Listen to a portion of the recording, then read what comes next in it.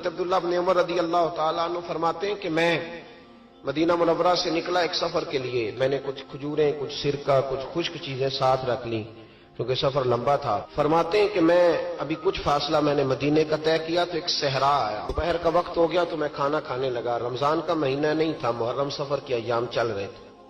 میری باتیں سمجھ تو آ رہی ہے نا آپ حضرات کو؟ سب کو آ رہی ہے؟ اللہ آپ کو جزا عطا فرمائے. کہتے میں دوپہر کے کھانے کے لیے وہاں رکا. میں نے وہ کھجوریں نکالی، سرکہ نکالا، کھانے لگا تو ایک چرواہا بکریاں چراتا چراتا آ گیا. وہ نوجوان تھا، اس کے چہرے پر میں نے بڑی روشنی دیکھی. غریب آدمی تھا، بکریاں چراتا تھا. ہم لوگ بھی جب کھانا کھانے بیٹھتے ہیں تو کوئی آ جاتے ہیں تو اس کو دعوت دیتے ہیں، بھئی آ جا تو بھی کھانا کھا لے. کہتے میں نے اسے کہا کہ میاں آ جا روٹی کھا لو. کہنے لگا نہیں، اللہ آپ کو جزا دے، میرا دل چاہتا تھا کہ کوئی میرے ساتھ کھا لے. اللہ کے بندوں کی خواہش ہوتی ہے نا کوئی مہمان مل جائے. فرماتے میں نے دوبارہ کہا بھئی آ جاؤ کھا لو. کہنے لگا نہیں حضور اللہ آپ کو جزا دے. میں نے دوبارہ تیسری دفعہ اصرار کیا، میاں تھوڑی سی کھا لے. کہنے لگا حضور اصرار نہ کریں، میں نے روزہ رکھا ہوا ہے. آج مزدور جو ہے نا ان سب نے رٹا لگا کے یہ سبق یاد کیا ہے کہ میں چونکہ محنت کرتا ہوں تو میں نام ہی رکھوں تو خیر ہے. رمضان کے روزے بھی مزدور چھوڑ دیتے ہیں. اللہ کسی شخص پر وہ بوجھ نہیں ڈالتا جو وہ اٹھا نہ سکے. رب بندوں سے پیار کرتے، اسے پتا تھا انہوں نے مزدوریاں کرنی ہیں. مزدور روزہ رکھ کے دیکھے، وہ دیکھے اسے کچھ بھی نہیں ہوگا. حضور نے تو کہا صوم تصحو، تم روزہ رکھو اللہ تمہاری صحت میں اضافہ کر دے گا، یہ تو تندرستی والا کام ہے. کہنے لگا حضور روزہ رکھا ہوا ہے. حضرت عبداللہ ابن عمر رضی اللہ تعالیٰ عنہ کہتے ہیں میرے دل میں خیال آیا پتہ کروں کہ صرف روزے دار ہے کہ نیک بھی ہے. صرف روزے دار ہے کہ نیک بھی ہے، صرف نمازی ہے کہ نیک بھی ہے، صرف حاجی ہے کہ اللہ سے بھی ڈرتا ہے.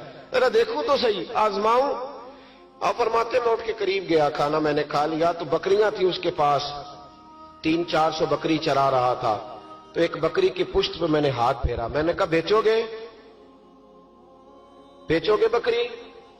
کہنے لگا حضور میں چرواہا ہوں، دیہڑی پہ کام کرتا ہوں، مزدوری لیتا ہوں، ان کا مالک تو کوئی اور ہے. تو آپ فرماتے میں تو پہلے دیکھنا چاہتا تھا کہ نیک بھی ہے کہ نہیں. تو میں نے اسے کہا کہ بکریوں کے مالک سے کہہ دینا ایک بکری بھیڑیا لے گیا ہے، کہہ دینا مالک سے. تو آپ فرماتے جب میں نے اسے دیکھا نا تو غریب تھا، پھٹے ہوئے کپڑے تھے. دامان توکل کی یہ خوبی ہے کہ اس پر پیوند لگے ہوتے ہیں پر دھبے نہیں ہوتے. آپ فرماتے ہیں کہ میں نے کہا کہ کہنا کہ بھیڑیا لے گیا تھا. فرماتے ہیں کہ اس کا میں نے چہرہ دیکھا تو داڑھی پر ریت پڑی ہوئی تھی، سر پہ ریت تھی، کپڑے پرانے تھے، مکان بھی کچا ہوگا لیکن اس کے نظریات اتنے پختہ، باتوں میں اتنا اثر. فرماتے اس نے غور سے میرا چہرہ دیکھا اور پھر اس نے بکریوں کو چھڑی ماری اور بکریاں چلنے لگیں. وہ میں نے کہا میرے سوال کا جواب نہیں دیا. تو کہنے لگا حضور میں بکریوں کے مالک کو تو کہہ دوں گا بھیڑیا لے گیا ہے، اور جب کائنات کا مالک پوچھے گا تو پھر کیا جواب دوں گا؟ جب عرش کا مالک پوچھے گا تو پھر کیا جواب دوں گا؟ اللہ بھی تو پوچھے گا نا، تو اللہ کو کیا بتاؤں گا؟ حضرت عبداللہ ابن عمر رضی اللہ، ایک تقریر ہوتی ہے، میں لچھے دار خطاب کروں گا، میں بڑا زبردست اثر ڈالوں گا. آپ او بھائی زیادہ انقلاب تو عمل سے آتا ہے، زیادہ انقلاب تو عمل سے آتا ہے، زیادہ تو 2 منٹ میں لوگ انقلاب. حضرت عبداللہ ابن عمر کہتے ہیں اس نے کوئی تقریر نہیں کری. تقریر بھی اثر کرتی ہے، اس کا بھی فائدہ ہوتا ہے، یہ بھی دل صاف کر جاتی ہے، اس میں شک نہیں. لیکن جو عمل کے ساتھ تاثیر ہوتی ہے اس کا تو حسن ہی نرالا ہے. بات جو دل سے نکلتی ہے اثر رکھتی، پر نہیں طاقت پرواز مگر رکھتی ہے. تو کہتے وہ ایک جملہ اس نے کہا کہ اللہ پوچھے گا تو کیا جواب دوں گا. تو آپ فرماتے میں کانپنے لگا. حضرت عبداللہ ابن عمر، اور یہ وہ شخص ہے جن کو نبی پاک نے کہا راجل صالح.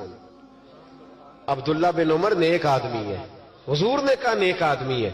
حضرت عبداللہ ابن عمر کہتے میرے وجود کے رونگٹے کھڑے ہو گئے.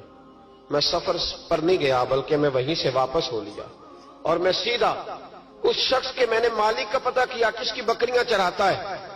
فرماتے میں نے معلومات کر کے پہلے وہ غلام خریدا، پھر وہ 400 کے لگ بھگ بکریاں خریدیں، پھر میں نے اسے بلا کے وہ بکریاں تحفے میں دیں. تو مجھے کہنے لگا یہ کیا ہے؟ تو میں نے کہا تو نے قرآن نہیں پڑھا؟ اللہ سورہ طلاق میں فرماتا ہے کہ تم مجھ سے ڈر جاؤ، میں ہر مشکل سے نکلنے کا تمہیں راستہ دے دوں گا. وَيَرْزُقْهُ مِنْ حَيْثُ لَا يَحْتَسِبُ، اور تمہیں وہاں سے روزی دوں گا جہاں سے تمہارا کبھی گمان بھی نہیں گیا ہوگا۔ فرمایا تو چونکہ اللہ سے ڈرتا تھا تو یہ رب کریم نے تجھے روزی عطا فرمائی ہے، یہ بکریاں اب تیری ہیں،